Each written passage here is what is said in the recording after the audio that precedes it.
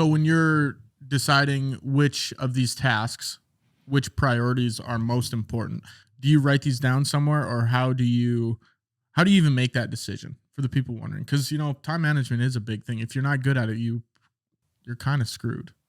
Not screwed, but it's going to make your life a lot more difficult.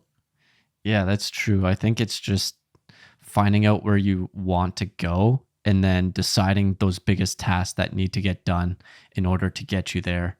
And a lot of the time, I'll get the smallest task done as quickly as possible. Say if there's like I wouldn't say I prioritize those ones, but if something that pops up, it says takes 30 seconds, 2 minutes, whatever, I get that done right away, just so I don't have those small tasks building up and then it kind of overwhelms you where you think, oh my God, I got like 30 other tasks that I got to do, but those tasks are actually like 20-second tasks or 2-minute tasks. And it just looks a lot more overwhelming than it actually is. So it's trying to find where you're going and those biggest tasks that's going to get you there. Are you a big proponent? Is that why you do the smaller tasks first? So you can it's like a domino effect that when you do the smaller 30-second tasks, it gets you going to the hour-long task?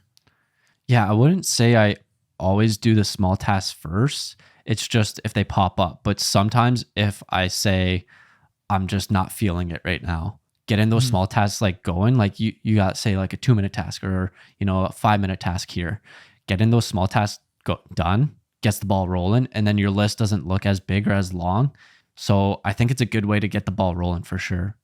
I'm a huge proponent, and I'll give this advice to anyone listening, is that I personally, you can put your tasks down, your to-do list, whatever, on a software, on your notes in your phone, or a piece of paper, or something on your fridge, but write down absolutely everything. And this has been a Mm. huge, I wouldn't say I'm a master of time management, but this has helped me a ton in getting things done.